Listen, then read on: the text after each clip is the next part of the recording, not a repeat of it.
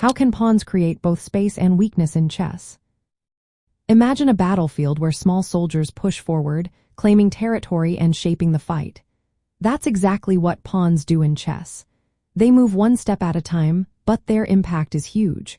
When pawns advance, they open up more room for your other pieces to operate.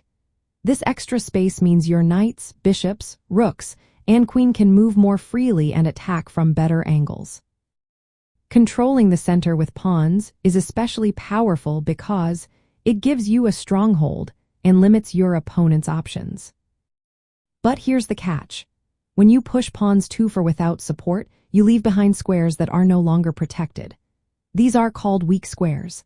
Think of them as open doors that your opponent can walk through with their pieces. For example, if you push a pawn from the e-file to e5, the squares on either side, like d5 and f5, can become weak spots. Your opponent might then place a knight or bishop there, creating a strong outpost that's hard to kick out. Pawns also create weaknesses because they can be captured or attacked easily once they move forward. If your pawn gets taken, you lose that space and open up lines for your opponent to invade your position. Sometimes, advancing pawns on the flanks can backfire if your center becomes unstable. Your opponent might strike back in the middle, exploiting the weaknesses your pawn pushes caused. The key to using pawns effectively is timing. You want to push them when your other pieces are ready to support the advance.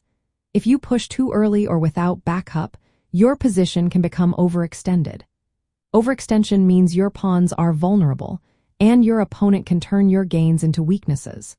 It's also smart to keep your pawns connected, so they defend each other and don't create isolated weak pawns that are easy targets.